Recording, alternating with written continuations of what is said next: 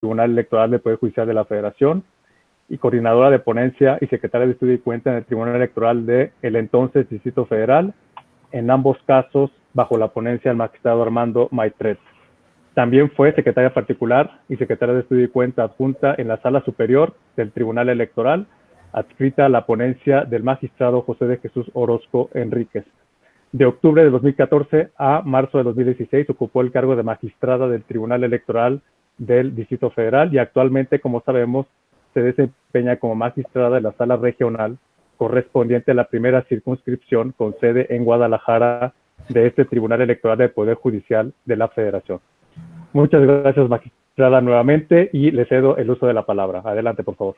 No, muchísimas gracias, Alfonso. Es un gusto estar con todas y todos ustedes el día de hoy y les agradezco muchísimo esta invitación. Les agradezco a las magistradas y a los magistrados que integran la Sala Superior, particularmente al magistrado Felipe de la Mata, que se encarga de coordinar los esfuerzos de la Escuela Judicial, por esta invitación para platicar la tarde de hoy sobre los requisitos para acceder a las candidaturas que se postulan para este proceso electoral. Y bueno, básicamente, además de estos requisitos para acceder a candidaturas, quiero referirme a requisitos que se van a ver justamente al momento de los registros y que pudieran ser motivo de negar el registro.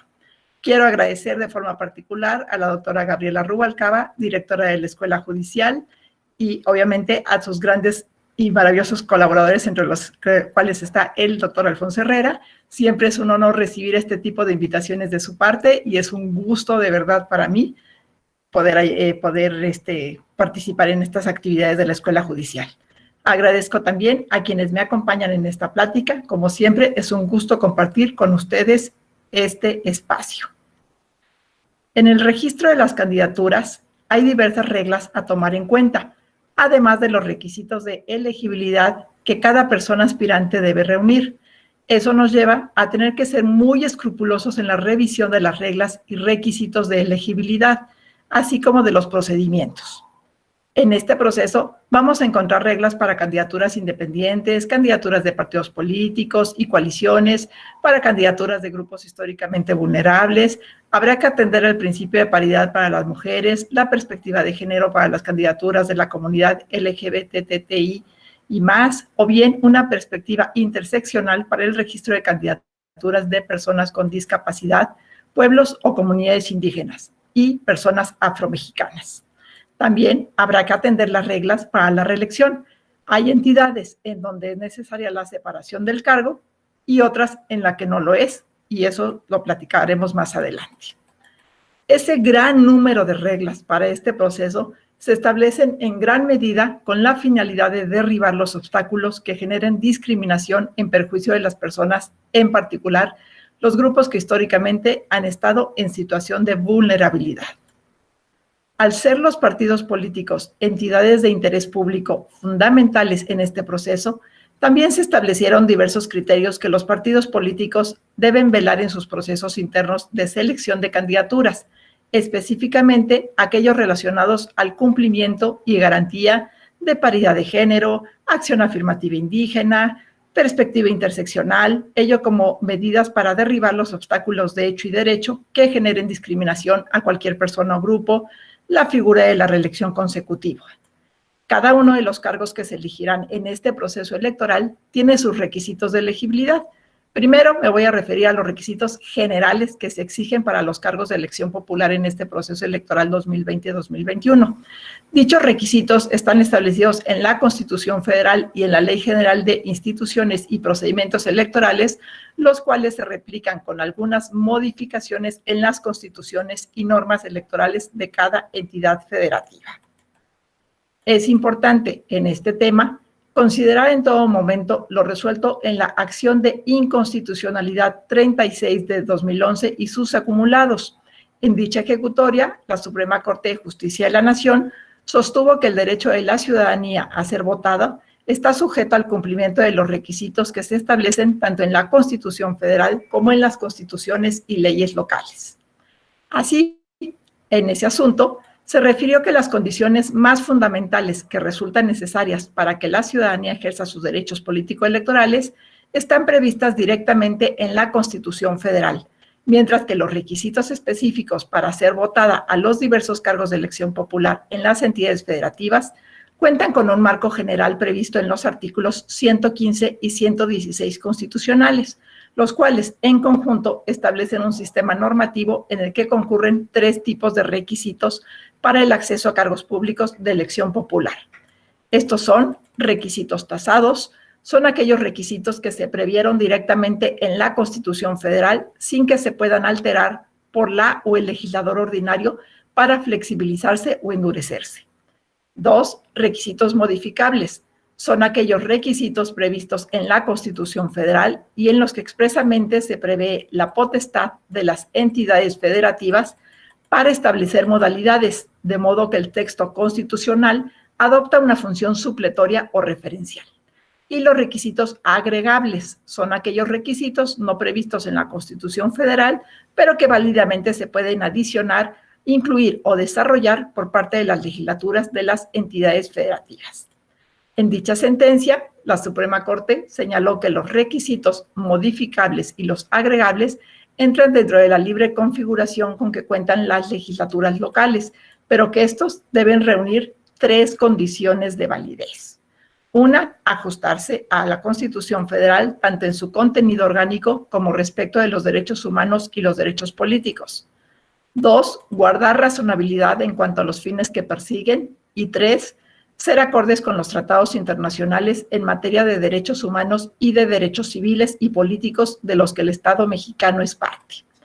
Otra clasificación también ha sido la que se da entre requisitos positivos como la edad, residencia, tener credencial para votar vigente, y los requisitos negativos, aquellos que se refieren a prohibiciones. Así, en el registro de candidaturas podemos encontrar requisitos tales como ser mexicana o mexicano por nacimiento, para lo cual hay que acompañar copia legible del acta de nacimiento, estar inscrito en el Registro Federal de Electores y contar con credencial para votar vigente.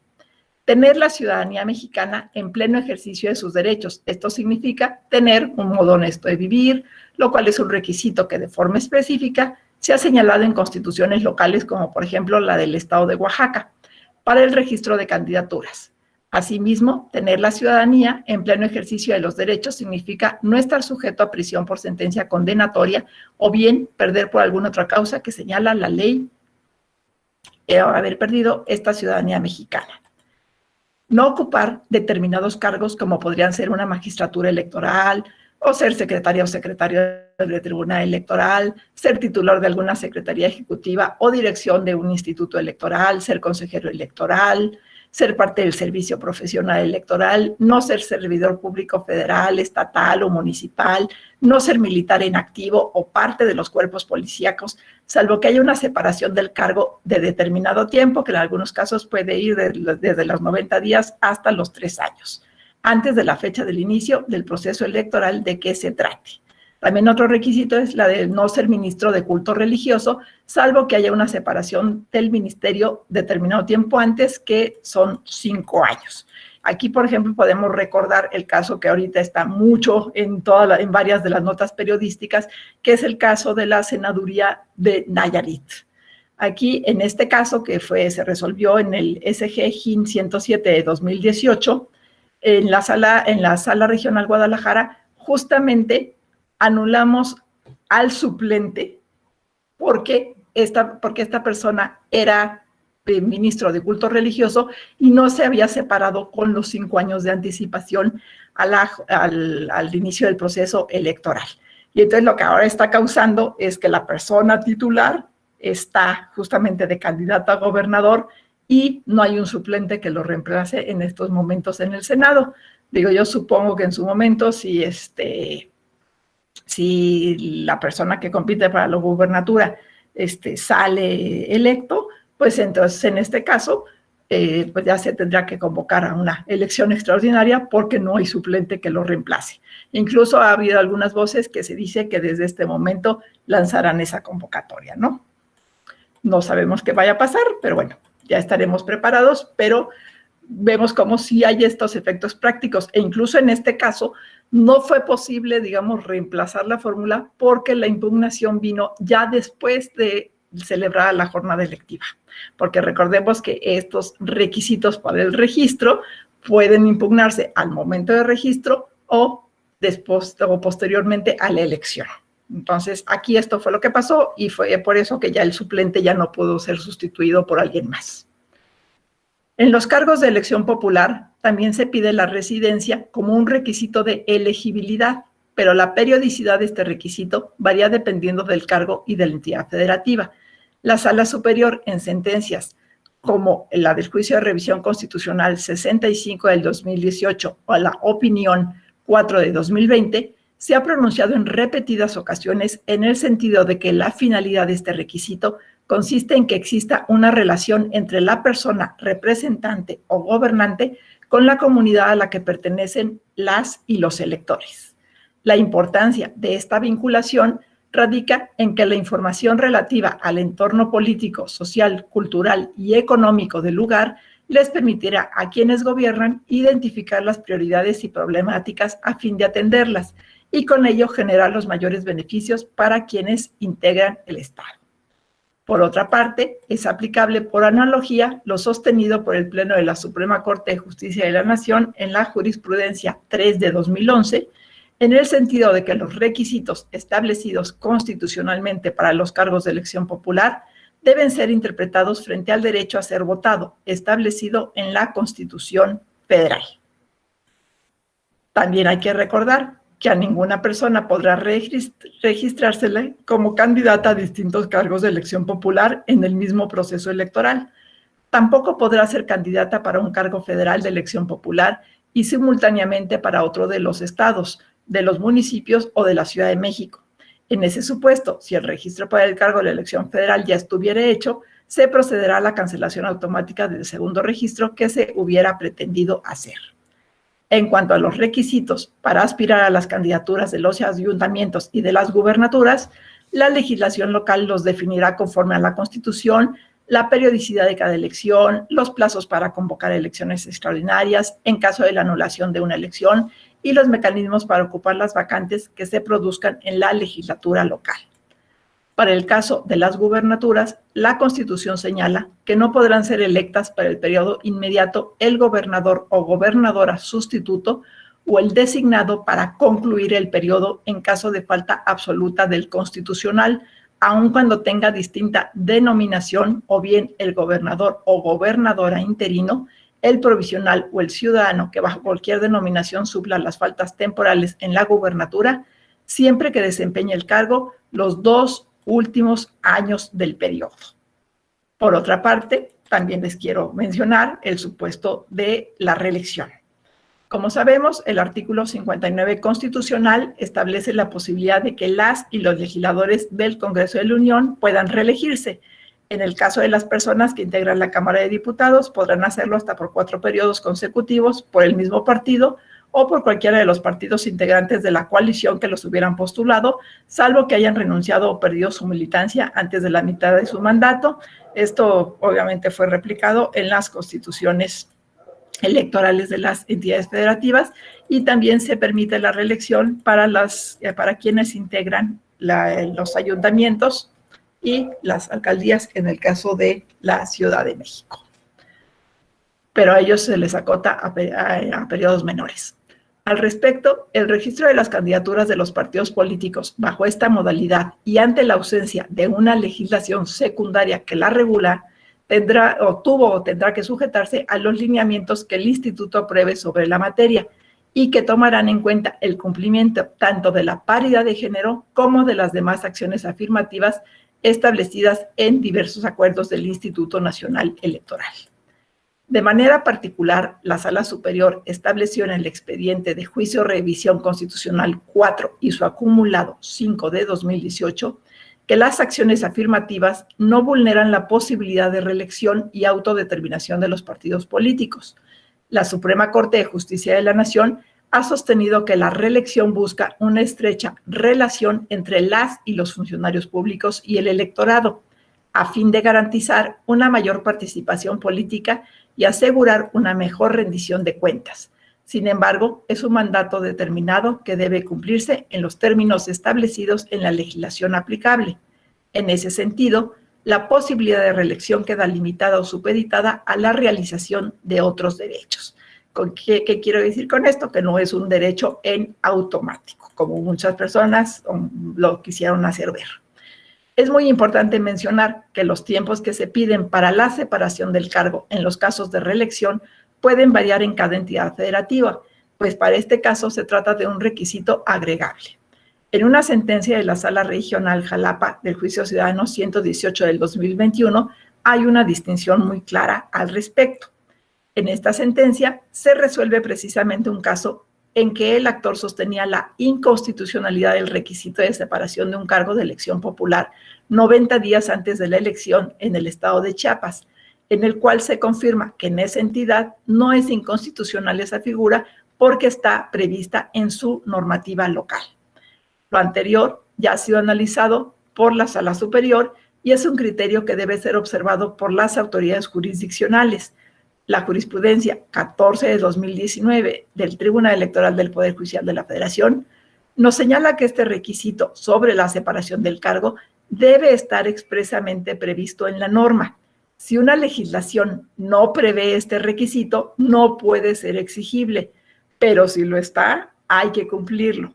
En el recurso de reconsideración 52 de 2021, la Sala Superior refirió básicamente las mismas razones y a su vez sostuvo que el requisito consistente en la separación del cargo debe contar con un fin jurídicamente legítimo, ser idóneo, necesario y proporcional en sentido estricto.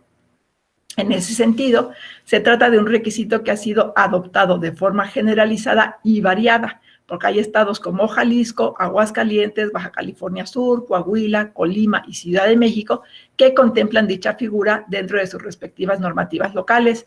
De hecho, en la Sala Regional Guadalajara, desde el proceso electoral 2018, tuvimos varios planteamientos sobre este requisito. Y justamente, como les digo, en el caso de Jalisco, por ejemplo, tuvimos que decir que efectivamente existía esa obligación de separarse, porque además la Suprema Corte de Justicia de la Nación, al analizar la acción de inconstitucionalidad, lo había declarado válido. Entonces, pues no había manera de que no lo cumplieran. Sin embargo, hay otras entidades federativas dentro de la circunscripción que no lo prevén, y entonces en ese caso la respuesta era, pues usted no se tiene que separar del cargo, pero porque su legislación no lo preveía. También considero fundamental mencionarles que hay también una modificación en los requisitos para aspirar a cargos de elección popular introducido por la reforma de abril de 2020, me refiero a esta reforma sobre paridad y violencia política contra las mujeres por razón de género. Ahora, quienes aspiren a estos puestos de elección popular deberán reunir la característica de no haber sido condenados por el delito de violencia política contra las mujeres en razón de género. Incluso, derivado de esta reforma constitucional, en varias entidades federativas se agregó el requisito para ser candidato que no podía ser deudor alimentario declarado judicialmente moroso o, en caso de serlo, demostrar que había ya pagado en su totalidad los adeudos alimenticios. Esto a pesar, digamos, de que la reforma federal no lo contenía, pero sí hubo varias legislaturas que lo agregaron dentro de sus requisitos. Un primer antecedente, aunque no fue propiamente tomado como delito electoral, se dio cuando la Sala Regional Jalapa señaló en el Juicio Ciudadano 140 de 2018 que dos personas que pretendían obtener su registro para contender en elecciones municipales no podía dárseles dicho registro, pues al haber quedado acreditado en sentencia firme que habían cometido actos de violencia política por razón de género en contra de sus compañeras, entonces no cumplían con el requisito de tener un modo honesto de vivir y por lo tanto se les niega el registro. La sentencia de la Sala Regional de Jalapa fue la primera en la cual se establecieron consecuencias jurídicas para quienes cometieran violencia política contra las mujeres por razones de género, pues con tal acción se incumple con el requisito de tener un modo honesto de vivir, lo que hace que no se pueda registrar una candidatura para un cargo de elección popular. El sentido de la sentencia fue confirmado por la Sala Superior y se puede decir que fue una primera aproximación o tal vez una reflexión para lo que posteriormente fue el registro de violentadores. Recordemos que serán dos registros, uno que será creado por la Fiscalía General de la República y consiste en una base estadística nacional sobre la violencia política contra las mujeres por razón de género como delito, y este fue ordenado en la reforma de abril de 2020, y el otro es la creación de una lista de infractores que estará a cargo del Instituto Nacional Electoral y que fue ordenado por la Sala Superior en la resolución del Juicio Ciudadano 91 del 2020. Asimismo, recientemente, el Instituto Nacional Electoral aprobó que quienes pretendan una candidatura deberán llenar un formato en el que manifiesten, bajo protesta de decir verdad, que no se encuentran en uno de los siguientes supuestos. 1. No haber sido persona condenada o sancionada mediante resolución firme por violencia familiar y o doméstica o cualquier agresión de género en el ámbito privado o público. 2. No haber sido persona condenada o sancionada mediante resolución firme por delitos sexuales, contra la libertad sexual o la intimidad corporal. Y 3, no haber sido persona condenada o sancionada mediante resolución firme como deudor alimentario o moroso, que atenten contra las obligaciones alimentarias, salvo que acredite estar al corriente del pago o que cancele en su totalidad la deuda y que no cuente con un registro vigente en algún padrón de deudores alimentarios. En este caso, si una persona postulada para una candidatura no presenta el referido formato, se le requerirá al partido político o coalición para que lo exhiba en un plazo de 48 horas. Apercibido que de no hacerlo, se negará el registro de la candidatura correspondiente sin que ello afecte a la fórmula completa.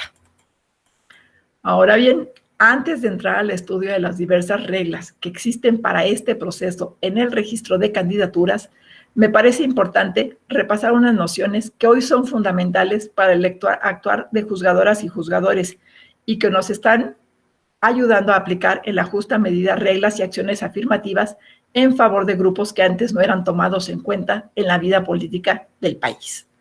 Estas mismas nociones son también expuestas por el Consejo General del Instituto Nacional Electoral en diversos acuerdos como el 572 de 2020, el 18 del 2021, el 160 de 2021.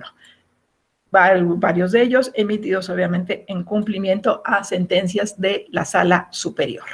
Y obviamente todas estas nociones de las cuales les voy a hablar, pues van a tener que ser tomadas por quienes resolvamos los asuntos que se sometan a nuestra consideración tratándose de estos temas. Y obviamente también vamos a tener que echar mano de todos los protocolos que ha emitido tanto la Suprema Corte de Justicia de la Nación como el Tribunal Electoral del Poder Judicial de la Federación. Y en el caso de las entidades locales, pues hay varias que han emitido sus propios protocolos tratándose de violencia política y también serán aplicables a los casos.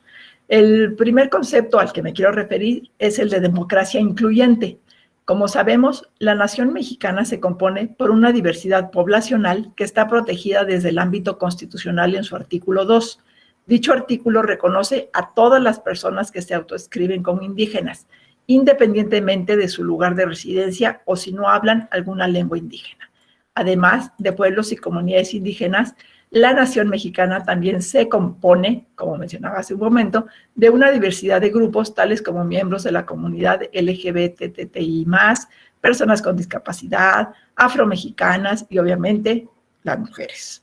El punto fundamental de las democracias modernas es precisamente que éstas representen a todos estos grupos, porque eso refleja la composición efectiva de la sociedad, de ahí que hoy se busque una democracia de tipo incluyente. Otro de los conceptos es el de igualdad. Lo anterior nos lleva al siguiente concepto fundamental. De conformidad con el artículo 1 constitucional, todas las autoridades en el ámbito de sus competencias y entes públicos deben adoptar medidas que garanticen a todas las personas el pleno ejercicio de sus derechos sin discriminación alguna y en condiciones de igualdad.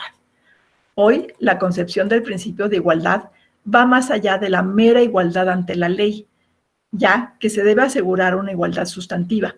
Juzgadoras y juzgadores hemos recurrido a la noción de igualdad sustantiva que nos propone el Comité de la CEDAW en la Recomendación General 25. Esa noción de igualdad ha sido fundamental para poder aplicar acciones afirmativas y comprender en qué consiste el principio de paridad. La Recomendación 25 de la CEDAW trata sobre las medidas especiales de carácter temporal como una estrategia para acelerar la igualdad sustantiva en todos los ámbitos, en los cuales las mujeres tienen una representación insuficiente o se encuentran en situación de desventaja. Entonces, al hablar de una igualdad de tipo sustantiva, se busca, por un lado, que los grupos que han sido históricamente subordinados y se encuentren en situación de vulnerabilidad participen en las decisiones de sus sociedades, y por el otro se busca erradicar las desigualdades estructurales. Roberto Saba al respecto nos dice que, perdón, esto es lo que pasa cuando uno está en vivo. Perdón, Roberto Saba al respecto nos dice que con la igualdad sustantiva lo que se busca, más allá de la no discriminación o trato no arbitrario, que también es importante, es que la igualdad no permita más una subordinación, es decir, que la igualdad sea incompatible con todo aquello que perpetúa la inferioridad de las personas. Esto a mí me parece fundamental para que se comprenda el por qué debe insistirse en impulsar acciones afirmativas y reformas como las de paridad o como aquella con la que se busca erradicar la violencia política contra las mujeres por razones de género. Es bajo esta noción o este entendimiento de la igualdad que se impulsan medidas especiales y reglas para hacer efectiva una representación política de todos los grupos que componen la sociedad y entonces se refleje realmente cómo está compuesta. Desafortunadamente, esto todavía no es posible. Grupos que han sido privilegiados, podríamos decir, han decidido el rumbo de la vida de todas las personas por siglos, y esto ha hecho que los intereses de muchas personas y grupos no estén efectivamente representados. Pero lo que quiero destacar es la importancia de darle otro sentido al principio de igualdad, como lo hizo la CEDAW en esta recomendación. La igualdad, por años, se nos enseñó en estricto sentido como un sinónimo de un mismo trato. Si eso se hiciera, pasaría lo que en esta imagen se muestra. Dar un mismo trato a personas con oportunidades distintas implica una desigualdad, y esto evidentemente ha generado y continúa generando mucha polémica. Así, el principio de igualdad y no discriminación que está contenido en la Constitución debe impregnar a todas las instituciones del país, y ello implica una reformulación y reorganización de las instituciones, de las reglas y de la sociedad. Otro concepto al que me quiero referir es el de paridad. El principio de paridad, como sabemos, surge como mandato constitucional en la reforma de 2014. Esto fue producto de diversas sentencias del Tribunal Electoral del Poder Judicial de la Federación y de una lucha de varias mujeres con independencia de sus afiliaciones políticas que se unieron para poder llegar a esta reforma de 2014. Este mandato constitucional siguió reforzándose a través de sentencias, jurisprudencias, acciones afirmativas y posteriormente hasta llegar a otra reforma constitucional en 2019 que determina la paridad en todo. Un ejemplo de lo anterior son las jurisprudencias 6 de 2015 y 7 de 2015 del Tribunal Electoral del Poder Judicial de la Federación, que extienden el principio de paridad también en la postulación de candidaturas a los ayuntamientos, contribuyendo así al derecho a la igualdad sustantiva entre mujeres y hombres. Recordemos que cuando estas jurisprudencias surgieron, ni en la Constitución ni en la normativa electoral estaba prevista esta paridad en los municipios. Entonces, por eso estas jurisprudencias fueron muy importantes y se aplicaron en ese proceso electivo de 2015. ¿Qué nos dicen concretamente estas jurisprudencias? La jurisprudencia 6 nos reafirma que la paridad de género debe observarse en la postulación de candidaturas en todos los órganos de representación popular federal, estatal y municipal, pues se trata de un principio que emerge para garantizar un modelo plural e incluyente de participación política en los distintos ámbitos de gobierno. En tanto que la jurisprudencia 7 afirma que los partidos políticos y las autoridades electorales deben garantizar la paridad de género en la postulación de candidaturas municipales, y también nos dice que la paridad se asegurará de forma vertical, esto es, presidencia, regidurías, sindicaturas, así como de forma horizontal, es decir, en los diferentes ayuntamientos que conforman la entidad. Este fue un criterio muy novedoso, que fue el que se introdujo con esta jurisprudencia. También me quiero referir al concepto de juzgar con perspectiva de género. Recientemente, la Suprema Corte de Justicia de la Nación emitió un nuevo protocolo para juzgar con perspectiva de género. En este documento se detallan amplia y minuciosamente conceptos básicos en la impartición de justicia con una perspectiva de género. No puedo hablar de todos los puntos dentro del texto, pero sí quiero destacar aspectos que considero fundamentales para la función jurisdiccional. La perspectiva de género se trata de una categoría de análisis que permite visibilizar la asignación social de roles y las diferencias que se originaron a partir de esta asignación social. Para llevar a cabo adecuadamente esta tarea, por lo menos se tienen que asumir 3 premisas básicas. 1, que el fin del derecho es combatir las asimetrías de poder y los esquemas de desigualdad. 2, que el quehacer jurisdiccional tiene un invaluable potencial para combatir las desigualdades y las asimetrías de poder. Y 3, que para llegar a la igualdad se requiere un ejercicio de deconstrucción de la forma en que se aplicó e interpretó el derecho. La Suprema Corte de Justicia de la Nación, así como diversas investigaciones, han señalado que la variable de género cada día está más presente y se ha convertido en un factor determinante en el litigio.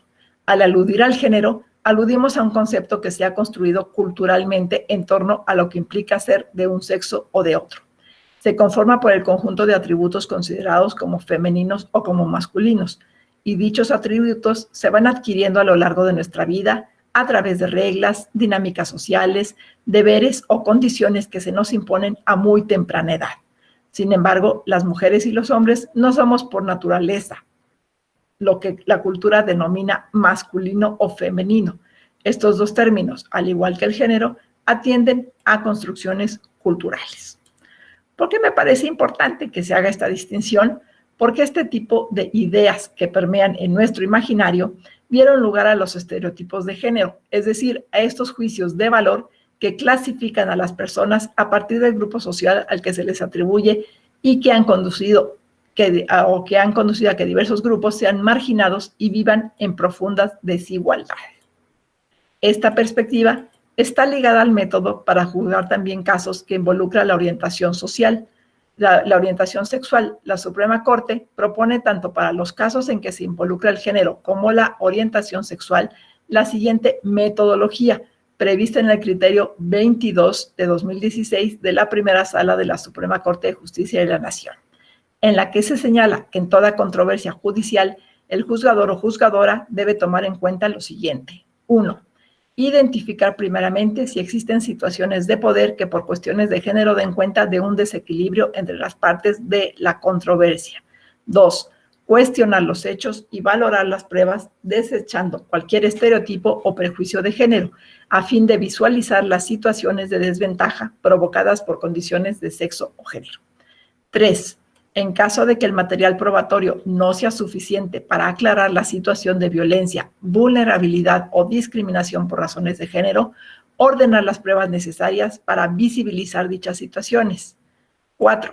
De detectarse la situación de desventaja por cuestiones de género, cuestionar la neutralidad del derecho aplicable, así como evaluar el impacto diferenciado de la solución propuesta para buscar una resolución justa e igualitaria de acuerdo al contexto de desigualdad por condiciones de género. 5. Para ello debe aplicar los estándares de derechos humanos de todas las personas involucradas, especialmente de los niños y niñas. Y 6. Considerar que el método exige que en todo momento se evite el uso del lenguaje basado en estereotipos o prejuicios, por lo que debe procurarse un lenguaje incluyente con el objeto de asegurar un acceso a la justicia sin discriminación por motivos de género. Otro concepto al que me quiero referir es el de juzgar con perspectiva interseccional. Por lo anterior, también es fundamental que cada caso se analice a partir de una perspectiva interseccional, es decir, la idea es ver a las personas en su diversidad, tales como indígenas, personas con discapacidad, afromexicanas o personas de la diversidad sexual, porque no hay un solo tipo de persona. En el Acuerdo 572 de 2020 se dice textualmente lo siguiente sobre esta perspectiva. Una perspectiva que se centra en las desigualdades sociales y analiza el sistema de estructuras de opresión y discriminación múltiples y simultáneas que promueven la exclusión e impiden el desarrollo de las personas por la intersección de más de una forma de discriminación.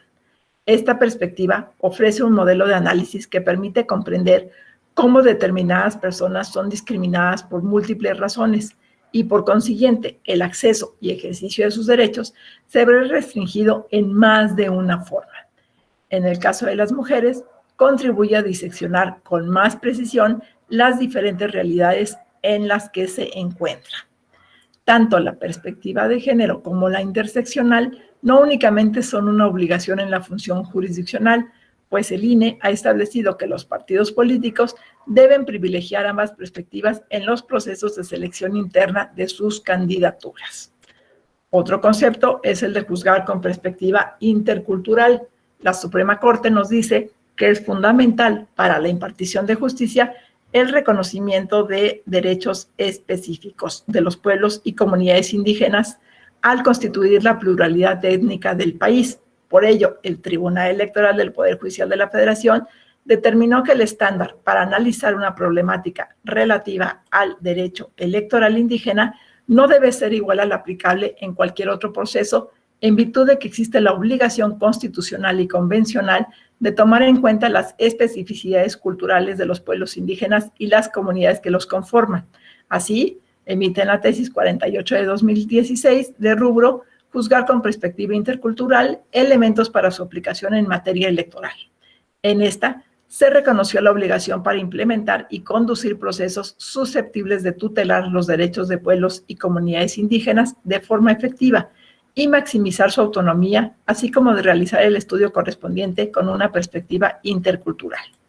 Tales elementos son, en primer lugar, reconocer el pluralismo jurídico y que el derecho indígena cuenta con principios, instituciones y características propias originadas a partir del desarrollo histórico y cosmovisión de los pueblos originarios y que son distintas a las generadas en el derecho legislado formalmente. En segundo lugar, consiste en acudir a las fuentes adecuadas para conocer las instituciones y reglas vigentes del sistema normativo indígena a aplicar, como pueden ser solicitud de peritajes jurídico-antropológicos, así como informes y comparecencias de las autoridades comunitarias. Incluye también la revisión de fuentes bibliográficas, la realización de visitas en el sitio, la aceptación de opiniones especializadas presentadas en formas de amicus curiae, entre otras. También otro concepto es el de acción afirmativa. Cuando se perpetúa la inferioridad de grupos, hay que equilibrar las situaciones para erradicar esa inferioridad, es decir, para equilibrar esas diferencias. Para ello, se requiere implementar estrategias o medidas temporales razonables, proporcionales y objetivas, que estén orientadas a lograr una igualdad material entre diversos grupos. Estas son las características principales de lo que hoy conocemos como acciones afirmativas. La complejidad de su implementación en la sociedad mexicana a la luz de lograr una igualdad sustantiva ha sido una difícil tarea para la justicia electoral, pero lo cierto es que han sido fundamentales para erradicar desigualdades, dar representación a todos los grupos. Estas acciones satisfacen estándares internacionales, están ajustadas al bloque en materia de derechos humanos y tienen un fin legítimo que da contenido y efectividad al mandato constitucional de paridad entre géneros y al principio de igualdad y no discriminación. Sus elementos fundamentales han sido definidos en la jurisprudencia 11 de 2015, que refiere que las acciones afirmativas deben contener 1, un objeto y un fin. 2, son destinadas en favor de un grupo o personas en situación de vulnerabilidad. Y 3, contienen una conducta exigible. Por ejemplo, en el caso de las mujeres, la llamada cuota de género, que fue exigible a partir de la sentencia 12.624, porque recordemos que antes, aunque estaba establecido en la normativa electoral, siempre se encontraba alguna manera de darle la vuelta y no cumplir con ella. Todo esto nos va a ayudar, obviamente, a llevar a cabo de mejor manera el análisis de cada caso que se nos presente y de atender las diversas reglas en materia electoral, como es el caso del registro de las candidaturas. Parecería algo simple, pero se trata de una labor muy compleja, porque con ella se busca que el mayor número de grupos que conforman la sociedad mexicana estén representados. Y yo creo que estos registros de candidaturas pues nos van a dar una buena cantidad de tarea a las autoridades, tanto administrativas como jurisdiccionales. Entonces, yo ya quiero empezar con las reglas relativas al principio de paridad. La Ley General de Instituciones y Procedimientos Electorales establece que se debe garantizar la paridad de género en el ejercicio de los derechos político-electorales. Dicho principio se refiere a la igualdad sustantiva entre mujeres y hombres y que garantiza que las candidaturas a cargos de elección popular sean 50% para mujeres y 50% para hombres. Esto incluye las candidaturas a legislaturas federales y locales, la integración de ayuntamientos, las alcaldías y pues ahora las gubernaturas también. En ese sentido, los partidos políticos, al ser entidades de interés público, están obligadas a cumplir con este mandato constitucional y para ello estos mismos determinarán y harán públicos los criterios con los cuales garantizarán la paridad de género. No obstante, la Ley General de Instituciones y Procedimientos Electorales, tribunales e institutos electorales han establecido medidas para cumplir con la paridad lo antes posible. En el caso del registro de candidaturas para diputaciones se ha determinado lo siguiente. En primer lugar, se estipuló que los partidos políticos deben integrar las fórmulas de candidatas, esto es, el propietario y suplente, por personas del mismo género. Es decir, si la propietaria es mujer, la suplente también lo será. Porque recordemos el caso de las Juanitas, que justamente la propietaria era mujer, llegan al cargo, toman posesión y renuncian para que la sustituya su suplente, que casualmente era un hombre. La Ley General de Instituciones y Procedimientos Electorales señala que esa fórmula es para ambos géneros. Sin embargo, la Sala Superior determinó en la sentencia del recurso de reconsideración 7 del 2018 que esa medida sí debía permitir fórmulas mixtas cuando el propietario de la candidatura fuera hombre, porque esa medida está encaminada a posibilitar la mayor participación de la mujer y no a la inversa. Es decir, sí puede haber un propietario hombre con una suplente mujer. La regulación que autoriza la fórmula mujer-mujer u hombre-mujer maximiza la participación de las mujeres en la postulación de candidaturas y aumenta la posibilidad de que la participación de la mujer sea más efectiva. Este argumento tiene sustento a su vez en la tesis 12 de 2018, aprobada por la Sala Superior bajo el rubro Paridad de Género. Mujeres pueden ser postuladas como suplentes en fórmulas de candidaturas encabezadas por hombres. Otro punto fundamental para el registro de candidaturas de mujeres es que los partidos políticos deben postular por lo menos el 50% de mujeres en todas sus candidaturas para diputaciones por mayoría relativa. Aquí también debe quedar claro que los partidos políticos o coaliciones podrán postular un mayor número de mujeres que de hombres para esas candidaturas, pero no a la inversa. Es decir, el número de mujeres postuladas a las candidaturas no podrá ser menor bajo ningún argumento. ¿Por qué esto es así? En diversos asuntos, la Sala Superior ha explicado que la inclusión de mujeres en las instancias públicas y en los cargos de elección popular debe ser leída y valorada de manera amplia y en el marco de los artículos 1, 4 y 41 de la Constitución, así como de los tratados internacionales en materia de derechos humanos de las mujeres. La Sala Superior incluso explica que integrar un mayor número de mujeres que de hombres no rompe con el principio de paridad, por lo siguiente. 1, porque la paridad es un mandato de optimización flexible y al atender a una igualdad de tipo sustantiva se requieren cambios cualitativos y no solo cuantitativos. La paridad se generó para beneficiar a las mujeres y los hombres no pueden favorecerse de la misma, pues deriva del contexto de desigualdad estructural que ha existido. Y 3, asimismo, la paridad debe traducirse como el acceso efectivo de las mujeres a cargos de elección popular o cargos de decisión.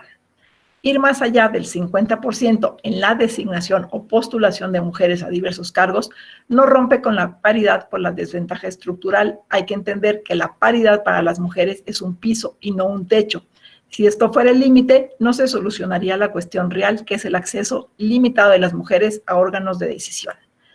La tutela de la igualdad real de forma progresiva implica buscar medidas que lo garanticen sin poder retroceder en la tutela, y esto será así hasta que sea necesario, es decir, hasta que se revierta la exclusión, hasta comprender que la integración puede ser mayoría de mujeres y no cause una sorpresa que a las mujeres les corresponda estar en ámbitos de decisión. Esto, a su vez, está en sintonía con el principio de progresividad de los derechos humanos de las mujeres y de ningún modo representa una regresividad en los derechos de los hombres. Los criterios de los partidos políticos para garantizar el principio de paridad deben ser objetivos y estar encaminados a que las mujeres lleguen efectivamente a los cargos de elección popular. Para que eso sea así, se estipula en el reglamento de elecciones que los partidos buscarán postular a mujeres en los distritos más votados del proceso electoral inmediato anterior de ese partido.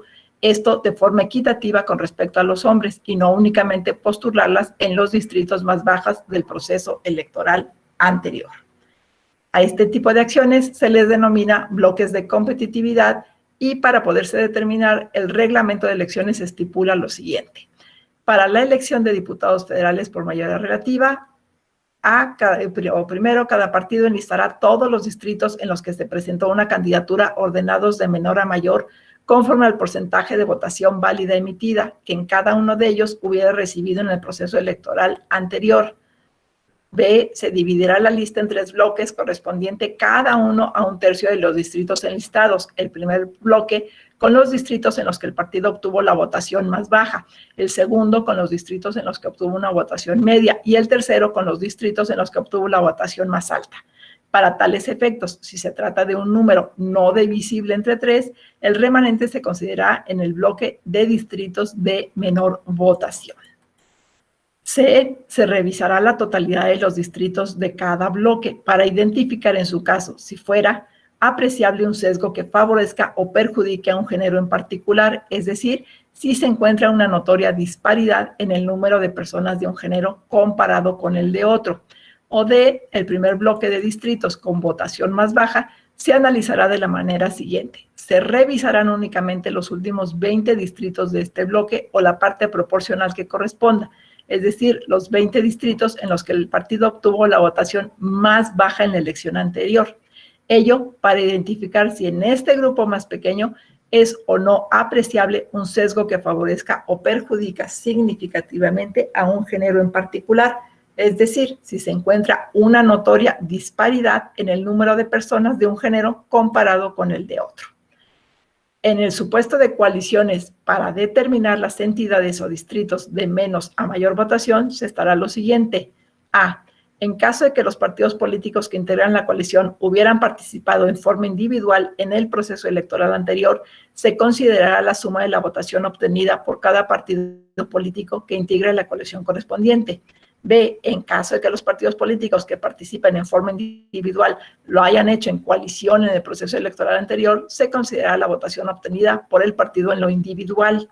C, de igual manera, en caso de que alguno de los partidos políticos que integran la coalición hubieran participado en forma individual en el proceso electoral federal anterior o que la coalición se integrara por partidos distintos o que se conformara en entidades o distritos diferentes a la coalición actual, se considerará la suma de la votación obtenida por cada partido político en lo individual.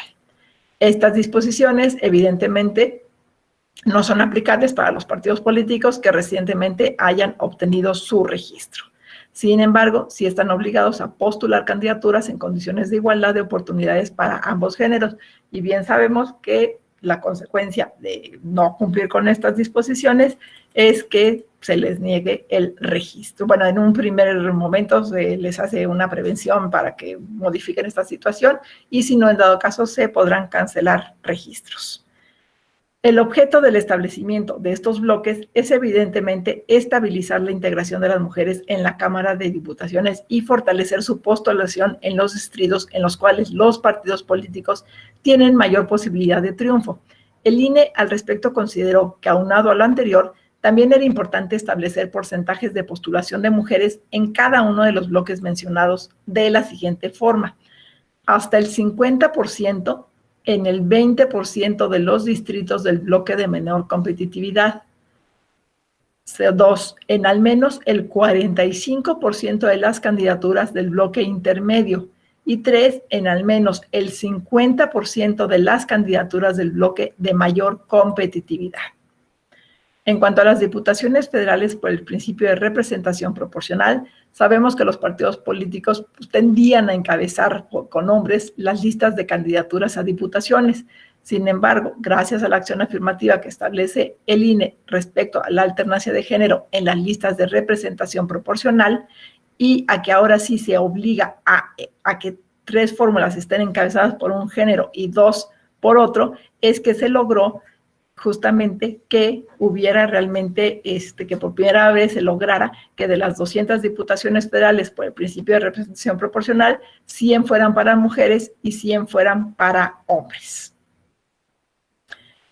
La reforma anterior que les mencionó, lo del encabezamiento de fórmulas, obviamente también está contemplado en la reforma legal del 13 de abril de 2020.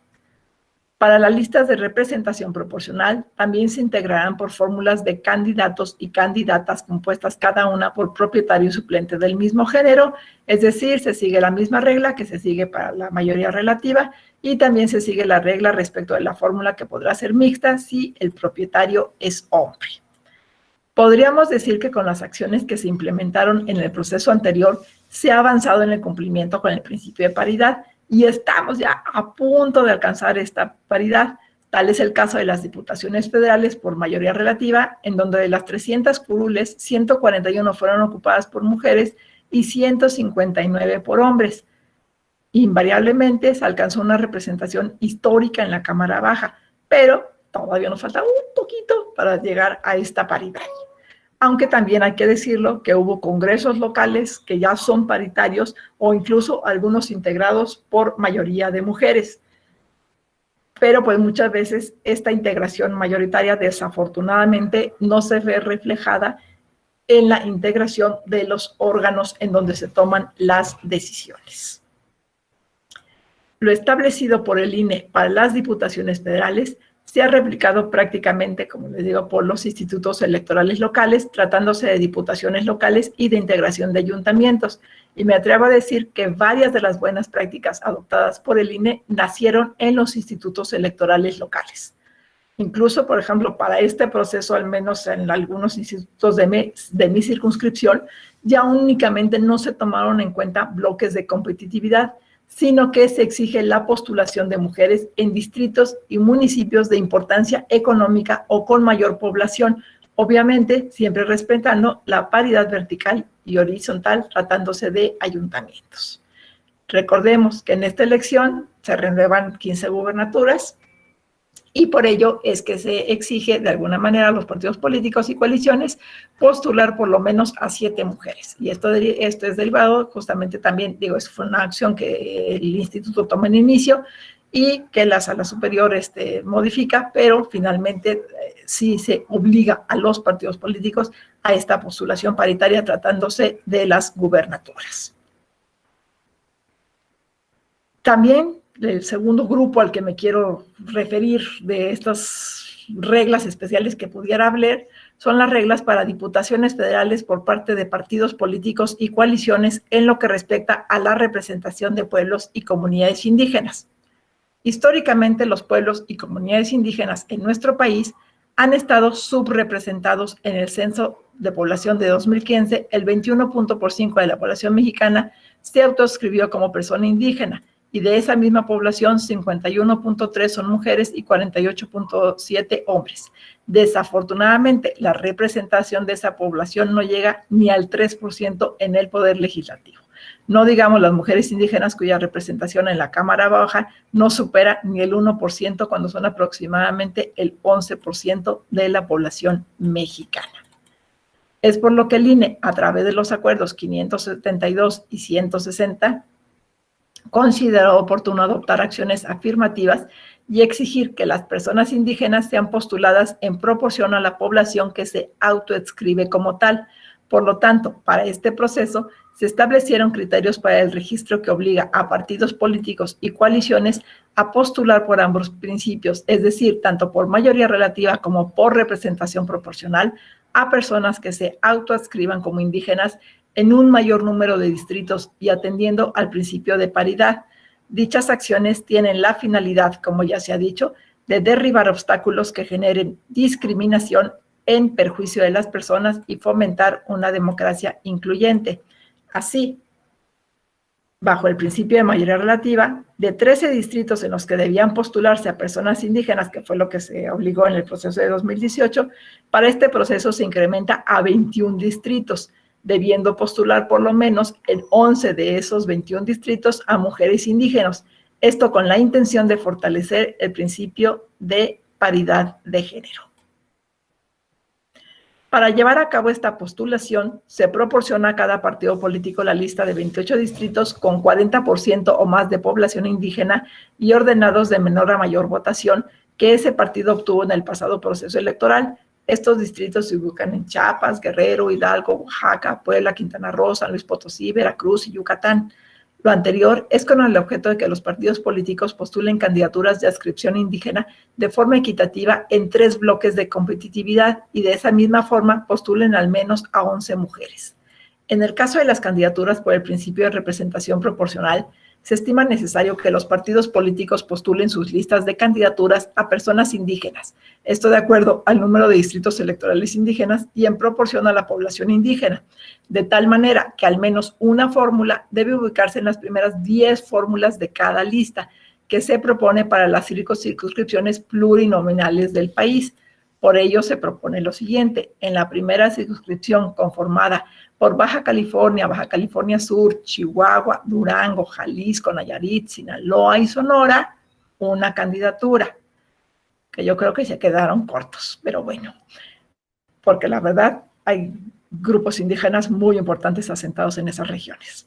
En la segunda, conformada por Aguascalientes, Coahuila, Guanajuato, Nuevo León, Querétaro, San Luis Potosí, Tamaulipas y Zacatecas, una candidatura.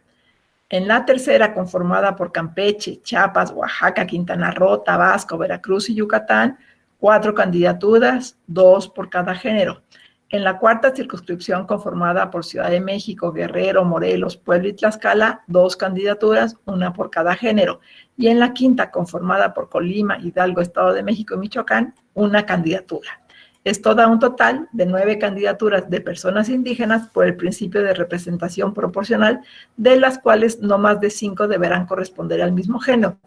Esto también tiene su fundamento en el artículo 41 de la Constitución, que establece que los partidos políticos tienen como fin promover la participación del pueblo en la vida democrática y como organizaciones de la ciudadanía deben hacer posible su acceso al ejercicio del poder político. Hay que señalar que la concentración de población indígena no es el único parámetro para tomar en consideración. Si así fuera, este grupo seguiría subrepresentado al no tomarse en cuenta que son grupos que también se pueden dispersar y migrar de su tierra originaria. Un asunto que para mí fue esclarecedor, justamente tratándose de estos grupos de poblaciones indígenas migrantes, fue el del recurso de reconsideración 28 del 2019, en el que nos revocan una resolución a la Sala Regional Guadalajara en un asunto relativo a la acción afirmativa para el caso de Baja California. El argumento es precisamente que más allá de considerar el porcentaje poblacional que represente un pueblo o comunidad indígena, hay que evaluar las acciones para garantizar su representación y participación efectiva. La demanda original la habían promovido justamente una comunidad o un grupo de personas indígenas migrantes. Derivada de esta sentencia, para este proceso electoral, el Instituto Electoral de Baja California aprobó la representación indígena en el Congreso local y en los cabildos, tratándose de los siguientes ayuntamientos, y determinó que 2 fórmulas de mayoría irían para personas indígenas. En caso de que no obtuvieran el triunfo esas fórmulas registradas, entonces se reservarían 2 curules de las 8 diputaciones plurinominales que forman parte del Poder Legislativo, respetando la equidad de género, para el caso que los candidatos étnicos no obtuvieran ni un escaño de los 17 distritos que estarán en competencia por mayoría relativa. Es importante mencionar que en Baja California la lista de representación ya no se forma por la lista que el partido manda, sino que ahora van a ser los mejores perdedores de mayoría los que van a integrar esta lista de representación proporcional. Y es por eso, o sea, en otras palabras, Baja California retornará a 17 diputados que ganen la elección y 8 plurinominales que obtengan los mejores porcentajes de sufragios. Esta decisión, obviamente, fue impugnada por los partidos políticos. Sin embargo, la Sala Regional Guadalajara del Tribunal Electoral del Poder Judicial de la Federación confirmamos las acciones afirmativas del Instituto Electoral del Estado de Baja California en las sentencias identificadas con de los juicios ciudadanos 15 y 17 del 2021. La sentencia fue recurrida ante la Sala Superior en el recurso de reconciliación 97 de 2021, en donde se determinó desechar la demanda. Por lo tanto, estas sentencias quedaron firmes y la integración, y ahora se tomarán a estas comunidades indígenas migrantes en cuenta para la integración tanto de ayuntamientos como de diputaciones. Ahora bien, con la finalidad de garantizar a las comunidades indígenas una representación efectiva, en el Acuerdo 572 de 2020, obviamente derivado de la sentencia del recurso de apelación 726 de 2017 de la Sala Superior, se pidió la autoadscripción calificada, es decir, los partidos políticos debían adjuntar a la documentación de registro la relativa a constancias o actuaciones con las que los partidos acreditaran el vínculo de la persona que pretenden registrar con la comunidad a la que pertenecen. Es decir, es un requisito para tener el registro de la candidatura. Ejemplificativamente se dijo que dicho vínculo podía acreditarse con haber prestado en algún momento servicios comunitarios o desempeñado cargos tradicionales en la comunidad, población o distrito por el que se pretende ser postulado, participar en reuniones de trabajo tendientes a mejorar dichas instituciones o para resolver los conflictos que se presentan en torno a ellas dentro de la población, comunidad o distrito indígena para el que se pretende ser postulado. Ser representante de alguna comunidad o asociación indígena que tenga como finalidad mejorar o conservar sus instituciones. ¿Por qué se pidió esta autoadscripción calificada? Se dijo que era para que no quedara en duda de la autoconciencia, para que la acción afirmativa se materializara en las personas a las que iba dirigida y para evitar un fraude a la ley. Es decir, que personas no indígenas se quisieran situar en esa condición con el propósito de obtener una ventaja indebida al reclamar para sí derechos de los pueblos y comunidades indígenas que constitucional y convencionalmente solamente corresponde a dichas comunidades.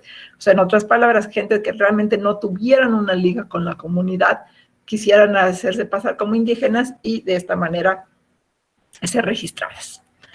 El resultado en el proceso electoral 2018 fue que se eligieron 10 hombres y 3 mujeres en 7 entidades de la República Mexicana: Chiapas, Guerrero, Hidalgo, Oaxaca, San Luis Potosí, Veracruz y Yucatán.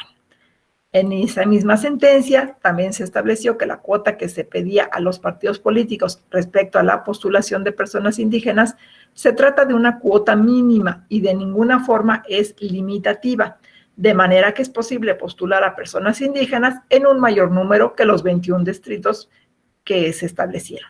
Y también se puede postular a un mayor número de mujeres indígenas. Recordemos que todas estas medidas no son un límite, sino que son un piso mínimo para que personas que han estado históricamente en condiciones de vulnerabilidad y excluidas tengan acceso a una igualdad de oportunidades. Por otra parte, ya pasando al caso de las personas pertenecientes a la diversidad sexual, quiero recordar el caso del Juicio Ciudadano 304 del 2018, resuelto por la Sala Superior. Para el análisis de este caso, invariablemente es importante tener clara la distinción del concepto de género que aludimos al inicio. Y aquí vemos por qué es importante tener claro esos conceptos. El asunto tiene que ver con la postulación de personas transgénero, transexuales, intersexuales, o como se les denomina en la comunidad de Oaxaca, los mushes, específicamente en la región del Istmo de Tehuantepec. De acuerdo con los lineamientos en materia de paridad de género que debían observar los partidos políticos y coaliciones ante el Instituto Estatal Electoral y de Participación Ciudadana de Oaxaca, en caso de una postulación de personas transgénero, transexuales o mushes, la candidatura corresponderá al género al que la persona se autoadscriba y esa candidatura será tomada en cuenta para el cumplimiento del principio de la paridad de género. Es por lo anterior que 6 personas de determinados partidos solicitaron que, de acuerdo con sus preferencias sexuales y toda vez que se adscribían al género femenino, les registraran en candidaturas consideradas para mujeres. Asimismo, considerando el tamaño de su comunidad y las costumbres ortodoxas de la misma, los 6 candidatos solicitaron al Instituto Electoral total y absoluta discreción sobre su solicitud, ya que podrían ser objeto de discriminación, violencia verbal y social, así como de burlas de personas intolerantes a su condición. Por esta última petición, el Instituto Electoral de Oaxaca consideró que la solicitud de no hacer público el género femenino de los 6 ciudadanos era contrario a los bienes y principios que salvaguardan esas normas, ya que precisamente una de las finalidades de la norma es visibilizar a un grupo en situación histórica de desventaja. A raíz de estos eventos, en el Instituto Electoral se inició un procedimiento administrativo sancionador para verificar que las candidaturas de los partidos políticos se ajustaran a las normas en materia de género. Incluso a principios de mayo del año pasado, de 2018, integrantes de comunidades trans y MUXE y de las diversidades sexuales denunciaron ante el Instituto Electoral que 17 candidaturas se habían registrado de manera fraudulenta, haciéndose pasar candidatos varones como mujeres para cumplir con la paridad en sus postulaciones. Uno de los reclamos principales de estos grupos es que a su juicio la identidad MUXE no puede definirse en un mero acto subjetivo o privado de autodeterminación, sino que ello debe tener un impacto en la vida social, familia, iglesia, escuela, trabajo, entre otros espacios de socialización y, por tanto, en los asuntos públicos. Derivado del procedimiento correspondiente, la Comisión de Quejas y Denuncias del Instituto Local ordenó como medida cautelar la cancelación del registro de 17 candidaturas de partidos y coaliciones por supuestas irregularidades al registrar a hombres que se autoadscribieron como mujeres transgénero. Inconformes con la determinación del Instituto Electoral de Oaxaca, 2 de las personas afectadas por la cancelación de su candidatura solicitaron directamente a la Sala Superior que conociera del caso y esta determinó lo siguiente. Confirmó las candidaturas de 2 personas postuladas para ocupar los cargos de primera concejalía de los ayuntamientos de Huilapan de Guerrero y Chalcotongo de Hidalgo, Oaxaca, puesto que desde su registro se autoadscribieron como mujeres. En cambio, a efecto de evitar un fraude al principio de paridad de género, el Pleno determinó cancelar 15 de las 17 candidaturas a primeras concejales en diversos ayuntamientos de Oaxaca, puesto que a diferencia de las primeras, en estas se generaron cambios respecto a la autoadscripción que originalmente habían manifestado. La Sala Superior estableció que la manifestación de pertenencia a un género es suficiente para justificar la autoadscripción de una persona. Sin embargo, dada la obligación del Estado de proteger la paridad entre hombres y mujeres en la postulación de las candidaturas, debe evitarse una simulación en la manifestación de género o de la autoadscripción. Por ello, las autoridades electorales deben hacerse cargo de la posibilidad de un mal uso de la autoadscripción para no permitir que una reivindicación tan importante como la identidad trans se utilice de manera engañosa para cumplir con el principio constitucional de paridad. En consecuencia, la Sala Superior revocó las actuaciones del Instituto Electoral de Oaxaca respecto de 15 candidaturas a concejalías y en plenitud de jurisdicción le ordenó realizar las adecuaciones necesarias a los registros correspondientes respetando el principio de paridad. Este caso es en definitiva uno de los tantos casos complejos que se presentaron en ese proceso y que pudiera volver a repetirse para este proceso. La intención no es seguir vulnerando a comunidades que históricamente lo han sido, pero sí debemos garantizar con el cumplimiento de ciertos requisitos en una justa medida que no exista una simulación o un fraude a la ley. ¿Qué pasará para este proceso tratándose de personas de la diversidad sexual? Los partidos políticos o coaliciones deberán postular al menos 2 fórmulas de candidaturas integradas por personas de la diversidad sexual en cualquiera de los 300 distritos que conforman el país de mayoría relativa y una fórmula por el principio de representación proporcional, la cual podrá postularse en cualquiera de las circunscripciones, debiendo ubicarse en los primeros 10 lugares de la lista. Las 3 postulaciones deben realizarse de manera paritaria, con la misma diferencia por tratarse de un número non. La medida que se implementa no es contraria ni vulnera el principio de paridad de género, pues ambas pueden coexistir a partir de que comparten el objetivo de eliminar cualquier discriminación o exclusión estructural y son para optimizar la inclusión de grupos que se han visto en situación de desventaja, por lo que no afecta ni desproporcionada o irrazonablemente el referido principio. Asimismo, para efectos de la acción afirmativa de personas de la diversidad sexual y atendiendo al criterio sostenido por la Sala Superior en el Juicio Ciudadano 304 de 2018, para acreditar la calidad de que se pertenece a la comunidad de la diversidad sexual, será suficiente con la sola autoadscripción que de dicha circunstancia realice la persona candidata. la carta de autoascripción o autorreconocimiento que esté presente como anexo a la solicitud de registro, las personas candidatas tendrán el derecho de manifestar libremente si autorizan o no que se hagan públicos sus datos personales respecto a la acción afirmativa por la que participan. En caso de que se postulen personas trans, la candidatura corresponderá al género al que se identifiquen y dicha candidatura será tomada en cuenta para el cumplimiento del principio de paridad de género. En la solicitud de registro de candidatura, el partido político deberá informar que la postulación se realiza dentro de la acción afirmativa de personas de la diversidad sexual con el propósito de constatar el cumplimiento de la nominación. En la sentencia del recurso de apelación 47 de 2021, se señala que en caso de que una persona concurra en más de una acción afirmativa, solo contará para una categoría, y esto lo define la persona en conjunto con el partido y deben coincidir las personas que integran la fórmula. Por ejemplo, si es indígena, la persona propietaria también lo será la suplente. Las siguientes acciones afirmativas y que obviamente traen algún requisito para el registro de las candidaturas son las relativas a las personas con discapacidad. Se estima que debe ser exigible a los partidos políticos y coaliciones postular fórmulas de candidaturas integradas por personas con discapacidad en 6 de los 300 distritos que conforman el país, con lo cual se alcanzaría una representatividad en las candidaturas de la población que integra este grupo, lo anterior en lo que respecta al principio de mayoría relativa. En el caso de coaliciones parciales o flexibles, las personas con discapacidad postuladas por estas se sumarán a las que se postulen en lo individual, cada uno de los partidos políticos que las integren, independientemente del partido político de origen de la persona. En lo referente al principio de representación proporcional, se estima necesario exigir a los partidos políticos la postulación de por lo menos 2 fórmulas integradas por personas con discapacidad. Dichas fórmulas podrán postularse en cualquiera de las circunscripciones, las cuales deberán ubicarse en los primeros 10 lugares de cada lista.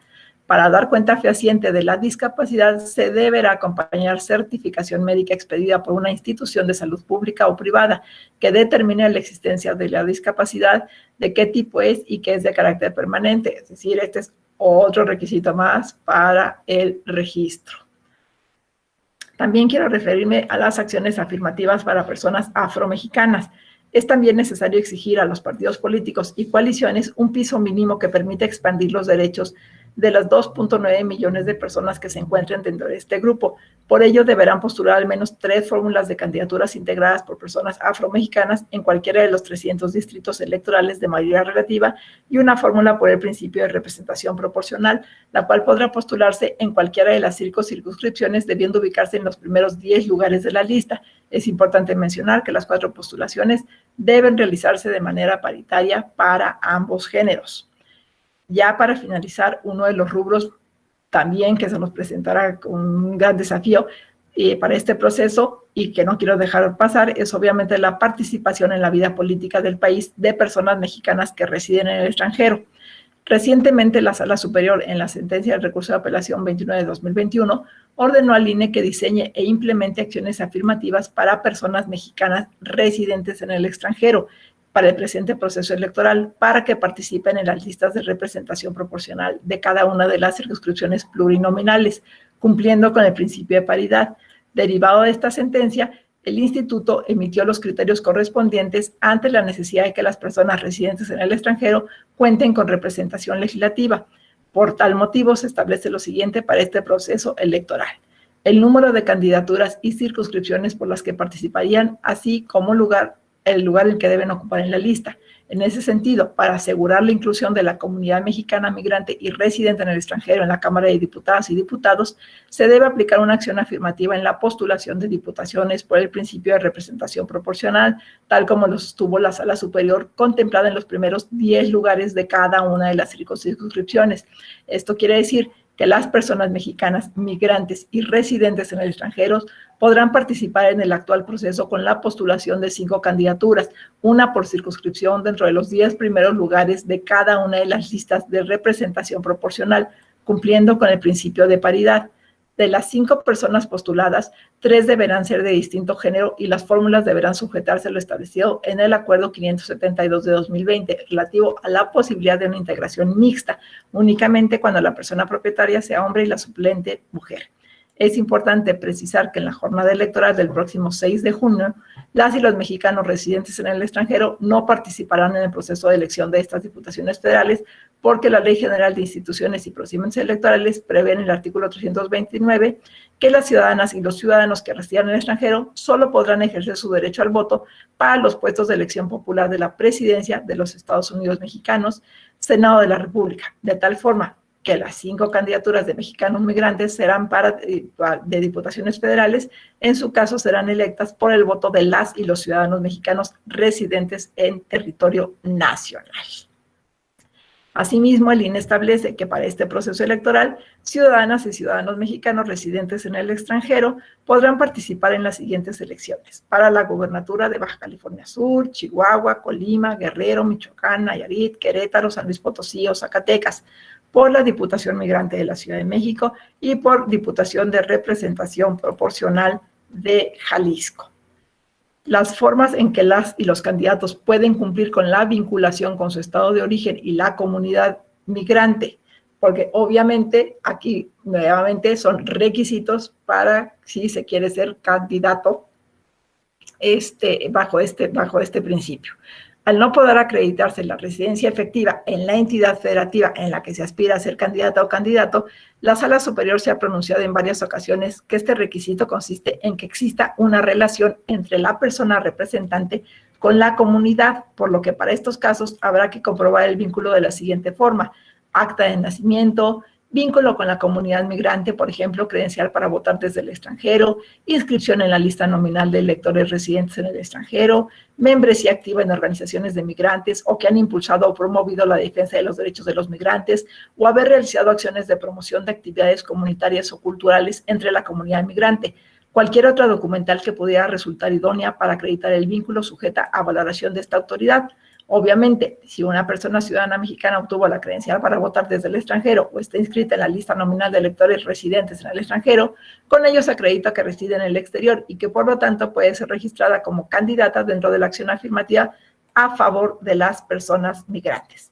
Sin embargo, no todas las personas ciudadanas mexicanas que residen en el extranjero cuentan con la credencial para votar o están inscritas en este listado nominal de residentes en el extranjero, porque pues recordemos que hay muchas personas que están ilegalmente en Estados Unidos y prefieren pasar desapercibidos.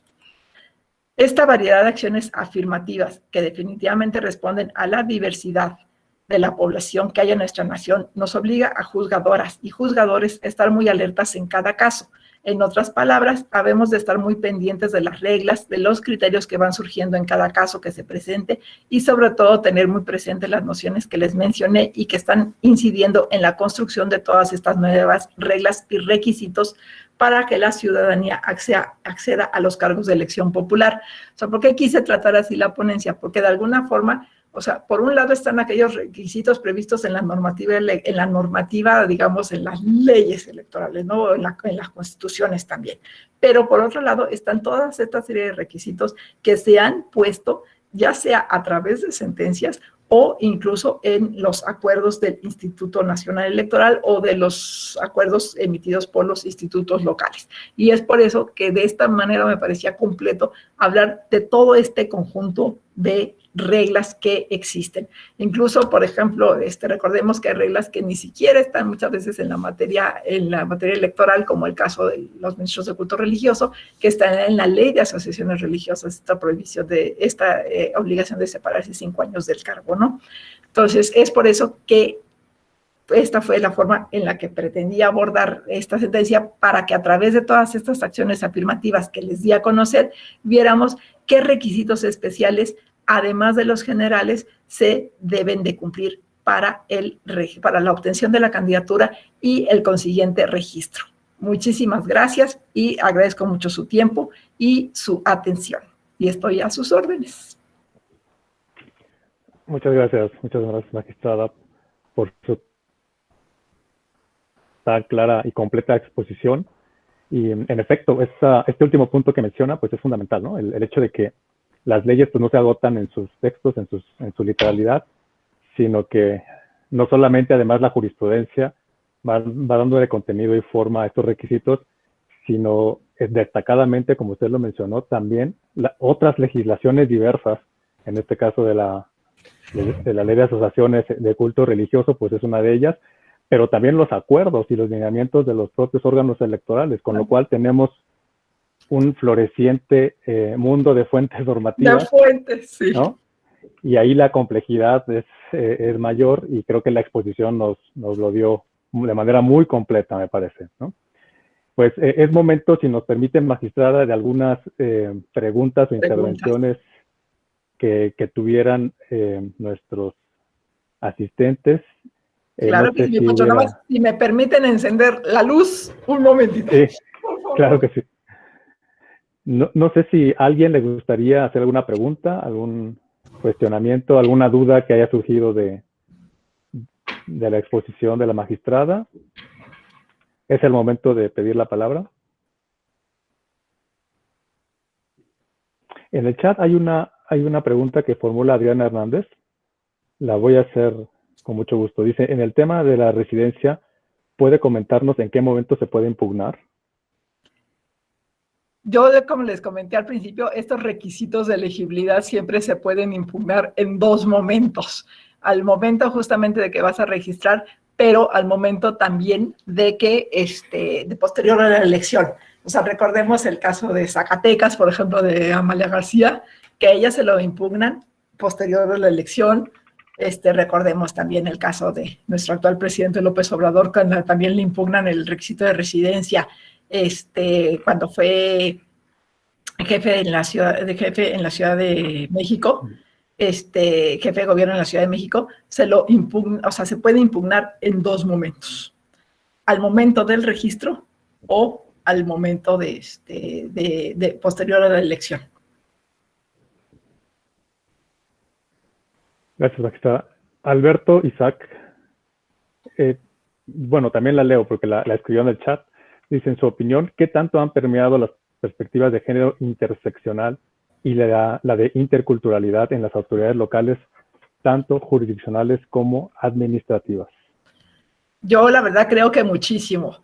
Y lo que sí, ciertamente, y lo reconozco, hemos ido aprendiendo muchas cosas sobre la marcha, pero yo sí creo, incluso, por ejemplo, no sé, el caso de Nuevo León, donde mucha gente decía, ¿y por qué Nuevo León no? ¿De dónde están las comunidades indígenas en ese estado de la República? Sin embargo, el Instituto Electoral se sensibilizó de una forma impactante e hizo unas jornadas justamente con estas comunidades de indígenas migrantes. Entonces, recordemos, y eso también se los comenté, que no nada más estamos hablando de comunidades indígenas que sean originarias del lugar, sino también de las comunidades migrantes que tenemos, que son muchísimas. Por ejemplo, yo aquí en Jalisco tenemos nuestras comunidades originarias, pero también hay una comunidad migrante muy amplia y que también están exigiendo sus derechos. Entonces, yo sí creo que se han ido sensibilizando a base de demandas de quien lo promueve, ¿verdad? Porque es la única forma en la que podemos intervenir y en la que nos podemos sensibilizar. Entonces, gracias a eso, la verdad yo sí creo que sí han permeado, ¿no? O sea, yo, por ejemplo, les ponía el caso del Instituto de Baja California, en donde sí hay pequeñas comunidades indígenas originarias, pero la población indígena migrante es es bastante grande. Y la verdad, el instituto se puso las pilas y, o sea, luego 2 diputaciones les dio, y si no ganan por mayoría, entonces las tienen aseguradas por representación proporcional. Entonces, la verdad, yo sí creo que hemos ido evolucionando y que se ha dado un giro en este aspecto. Obviamente, pues tú me podrás decir, oye, la acción afirmativa, ahorita de una de 300, pues no es nada, ¿no? Bueno, pues no, pero por algo empezaremos, ¿no? Y poco a poco esto se irá normalizando y serán cada vez más, ¿no? Porque digo, toda la diversidad de la sociedad, de cómo se conforma, pues debe estar representada en sus órganos de gobierno. Gracias, magistrada. Víctor Enrique Arreola pregunta respecto a las acciones afirmativas que se mencionaron y que aplican a la postulación de candidaturas federales, ¿cuál es el panorama que se vislumbra respecto a la armonización de las normas estatales? Varias ya lo están introduciendo, o sea, yo en varios de mis institutos ya están previstas acciones afirmativas para todos estos grupos en situación de vulnerabilidad al que me referí. Desafortunadamente también hay otras entidades federativas en las que este planteamiento no fue hecho en tiempo, o sea, ya se hizo ahorita ya sobre los registros, sobre las fechas de registros, y hasta el momento, el último criterio que tenemos es justamente que si ya se iniciaron los registros, pues ya no puedes hacer estos cambios, pero que hasta antes de los registros todavía los puedes hacer.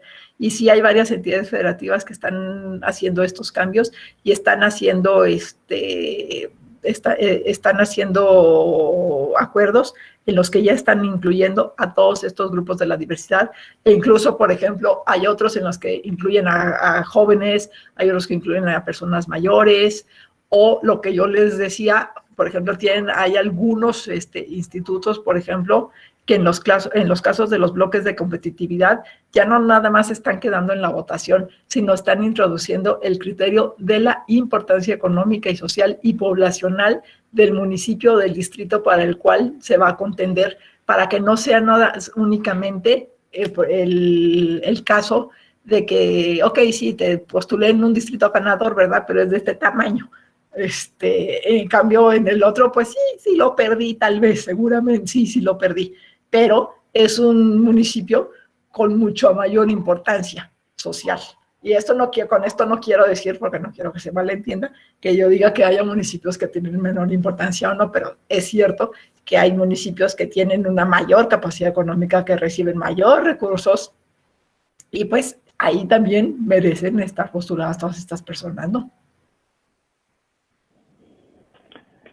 Sin duda, muy interesante ese criterio que están utilizándose para precisamente remarcar la importancia, ¿no?, de la participación política de la participación. Yo ese lo vi en un estudio del doctor Javier Aparicio, justamente la crítica que hacía era que a las mujeres, sí, como yo les decía, sí, en los municipios ganadores, pero de menor importancia y relevancia económica, social y poblacional.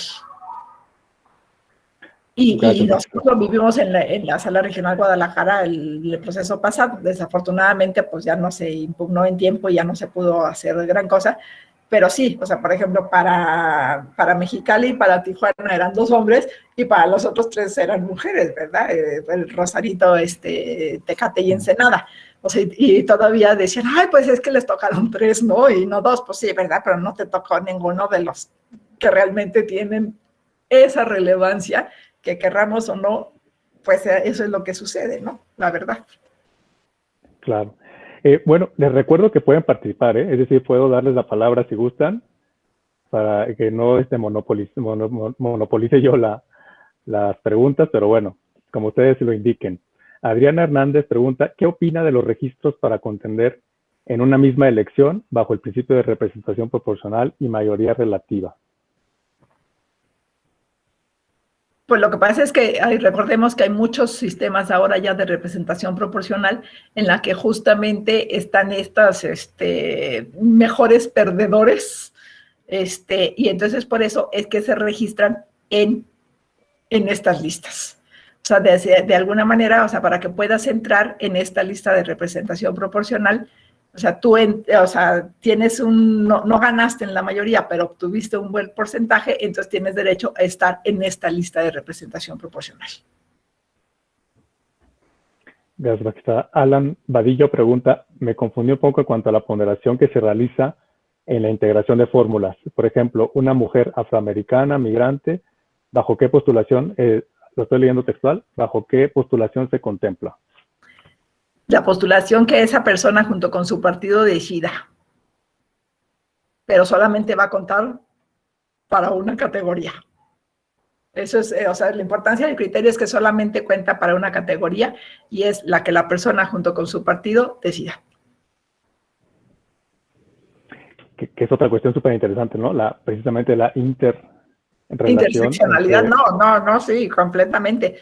Y recordemos que en un inicio lo que se había dicho era que iba a contar ya como para todas las categorías, ¿no? Y lo que la sala superior justamente dijo es, oye, no, el chiste es que pues participe el mayor número de personas, así que perdón, pero se te va a contar para una categoría.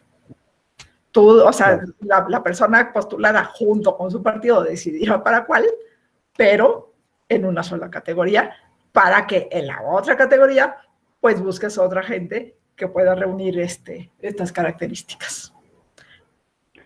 Claro. Adriana Cervantes pregunta sobre estos nuevos criterios, además de los de competitividad, ¿podría decirnos qué estados han adoptado estos nuevos criterios? Por ejemplo, en Yucatán se resolvió este tema respecto al criterio poblacional. Sí, luego también sé que lo hizo el Instituto de Sonora. No tengo exactamente así todos los estados que lo están haciendo, pero sé que Sonora también lo adoptó. Aquí en Jalisco se quiso, pero bueno, me quedé en votación, en voto particular, y no se aceptó, ¿no? Digo, bajo el argumento, digo, y también tenían razón mis compañeros de la mayoría, que bueno, no estaba previsto en la ley y no tenía por qué introducirse, o sea, lo cual también es válido. Yo concordaba más con las personas que hicieron esta demanda. Entonces, en Jalisco le puedo decir que no, en Sonora le puedo decir que sí, Baja California Sur, si no me equivoco, creo que también ha adoptado estos criterios.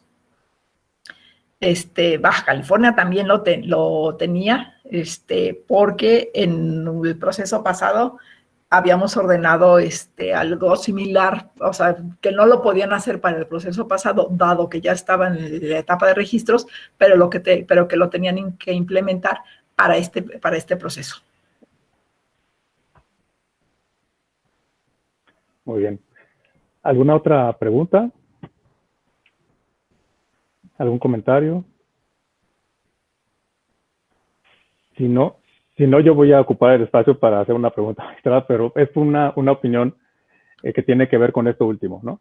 Es decir, ¿hasta dónde podríamos considerar que llegaría la función judicial cuando hay que cumplir precisamente, por ejemplo, aquí con la paridad de género y el legislador ha decidido local no contemplar esos requisitos que, por ejemplo, en otros estados sí se han tomado en cuenta y que además no hay una obligación desde la Constitución Federal, sino que hay lo que se conocería como la libre configuración legislativa, y entonces el juez que está haciéndose cargo de impartir justicia y tratando además de darle un sentido normativo a la paridad de género, pero no nada más, sino también de alguna manera algún ajuste que permita justamente la mayor participación política de las mujeres.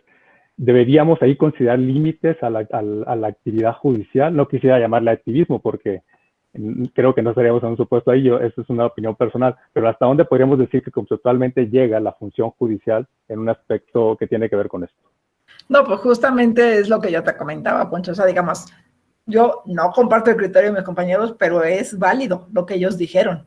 O sea, lo que ellos dijeron es, oye, esta acción no está prevista en la norma, si la quieren que las legisladoras la pongan, porque esta demanda fue interpuesta por varias legisladoras, curiosamente, y bueno, voy acompañada de otras mujeres. Entonces, pues sí es válido porque no está.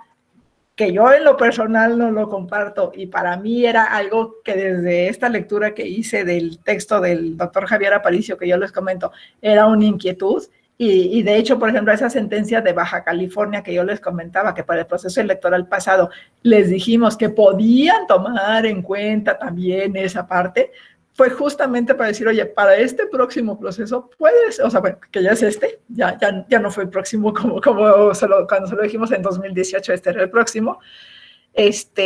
O sea, ¿es válido tomarlo? Sí es válido tomarlo. Pero también tienes la parte de que sí es cierto, no está en la ley.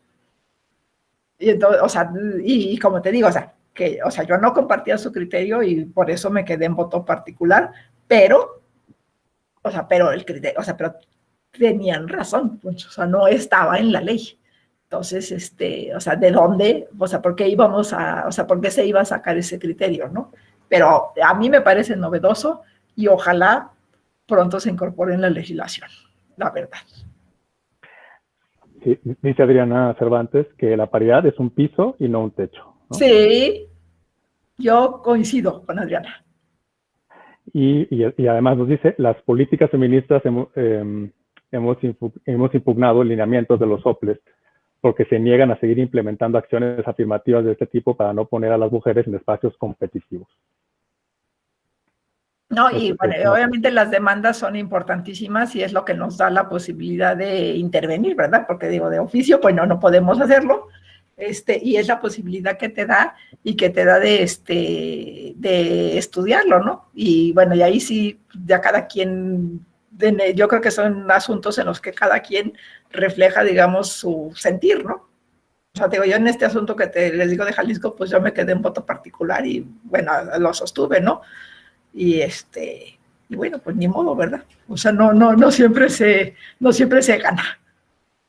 Pero yo sí las invito a que sigan promoviendo este tipo de demandas, porque es lo que nos permite ir reflexionando y si por lo menos ahorita tal vez no se pudo en la sentencia, por lo menos queda una reflexión para la legislatura y para ir empujando hacia allá próximas reformas, ¿no? La verdad. Claro. Alan Hernández pregunta, ¿la figura de la reelección no quedaría desfasada con el principio de paridad de género en cuanto a la alternancia de género en postulación de candidaturas en el ámbito municipal? Pues no, va a tener que hacer una armonización y ahí nos vamos a meter seguramente en camisa de 11 varas y seguramente en grandes problemas a la hora de irlo viendo, ¿no? E incluso, por ejemplo, hay municipios ahorita, por ejemplo, en las noticias, ustedes han visto, Los Cabos estaba gobernado por una mujer en el caso, bueno, perteneciente a un partido político y ese partido decidió no postularla, ¿no? Digo, ella se fue a otro partido y ahora ya va a estar postulada, pero además por la gubernatura, ya ni siquiera para la presidencia municipal, ¿no? Pero sí son cosas que vamos a tener que ir ajustando y que vamos a tener que ir viendo cómo arreglar todas estas situaciones. Ella era un poco lo que planteaba en su momento, o sea, que decía, oye, es que yo tengo aspiración de reelegirme y tú me estás, de alguna manera, ya no permitiendo reelegirme si ya decidiste tu partido político que ahí va a tocar un hombre, ¿no? Entonces fue un asunto bastante interesante. Digo, ella lo planteó como un asunto de violencia política contra la mujer por razón de género, porque digo, finalmente para el registro lo que ella hizo fue irse con otro partido y ahora es la candidata a la gobernadora en Baja California Sur. Entonces sí van a hacer cosas que, o sea, yo justamente esta era la intención de mi participación, ¿no? Demostrar esta complejidad de lo que se nos viene encima a las autoridades electorales. Porque desde para otorgar o negar el registro y a la hora que nos empiecen a llegar a nosotros los asuntos, la verdad va a ser bien complejo el estudio. Así es, magistrada. Y bueno, además con los casos que vienen, seguramente surgirán otros problemas, ¿no? Que en el futuro que probablemente ahora no se estén previendo, pero que siempre la cotidianidad judicial va sumando proceso con proceso, ¿no? Por eso pretendimos que este espacio fuera para eso, para discutir lo que tenemos ahora, ¿no? Los problemas que se están presentando, que ya hay precedentes, pero que, bueno, vendrán otros problemas y que siempre, digamos, es una lógica de construcción, sobre todo marcadamente, me parece, en la justicia electoral en cuanto hace a las acciones que tienen que ver con grupos en situación de vulnerabilidad, acciones afirmativas, etcétera, ¿no? Sí. Entonces es importantísimo justo hablar de estos temas en el tiempo real, ¿no? Sí. Y Adriana comenta sobre todo porque los partidos se están yendo por la designación directa para no evaluar perfiles y poner candidatas de a dedazo, que es otro fenómeno, ¿no? Que ese es otro fenómeno, desafortunadamente, y yo creo que es la pelea de todas las militantes, o sea, de por qué no las voltean a ver a ellas y ponen a gente sin ninguna militancia en el partido, ¿no? O sea, yo eso me parece completamente injusto y lo he sostenido siempre. O sea, yo siempre les cuento una anécdota en 2009, cuando era yo secretaria de Estudio y Cuenta con el magistrado Maitret, justamente, ahí en la entonces asamblea del Distrito Federal, del entonces también Distrito Federal, siempre le daba la oportunidad al tribunal de hacer una revisión cuando iba a haber reformas a la legislación electoral, de hacer sugerencias. Ya ellos decidían si las tomaban en cuenta o no, ¿verdad? Pero por lo menos le permitían a uno intervenir, ¿no? Y la verdad, por ejemplo, yo desde entonces, como secretaria, te doy cuenta, justamente sostenía por ejemplo, el que las fórmulas fueran integradas por hombre, hombre, o mujer, mujer, u hombre, mujer, pero nunca por mujer, hombre, ¿no? Y yo me acuerdo alguna vez una persona de un partido político porque además también era cuando todavía las cuotas eran disque obligatorias, ¿verdad? Pero en realidad siempre se les daba la vuelta. Y una de las cosas, digamos, que en aquel entonces se sugirió por parte del tribunal, justamente era que fueran una especie ya de obligación y que además se respetara, digo, esta integración en cuanto al mismo sexo de la persona. Y me acuerdo de una persona del partido político, están locos, ¿de dónde vamos a sacar cuadros femeninos preparados, no? O sea, y además es increíble porque lo sigues oyendo lo mismo. Esto que le estoy hablando es de 2009, o sea, 2021, y te siguen dando lo mismo. O sea, yo primero ¿y los cuadros masculinos sí están preparados? Esa es mi primera pregunta. Y la segunda es, oye, pues si te has dedicado a quejarte, pero no a prepararlos para que ganen elecciones, porque digo, yo entiendo que la función lo que quiere el partido político es ganar en una elección, pero, o sea, las mismas excusas son las mismas que se están oyendo y que se han oído siempre, ¿no? Entonces, a mí sí me parece horrible que hagas a un lado a militantes, porque yo creo que tienes cuadros muy valiosos y pongas a agentes externos. Pero bueno, no soy partido político ni hago cálculos políticos, la verdad. Pues, ¿alguien más que quisiera formular alguna pregunta adicional? Bueno, parece que no. Entonces, pues no nos queda más que agradecerle, magistrada, su exposición, su excelente ponencia, en efecto, como nos están señalando en el chat. Y bueno, esperamos muy pronto volver a tenerla para otras sesiones, para mayores discusiones y reflexiones sobre este y otros temas que vamos a seguir teniendo durante este proceso. Les voy a pedir a todos y a todas, por favor, si podemos darle un fuerte aplauso abriendo sus micrófonos a la magistrada Gabriela del Valle Pérez, por favor.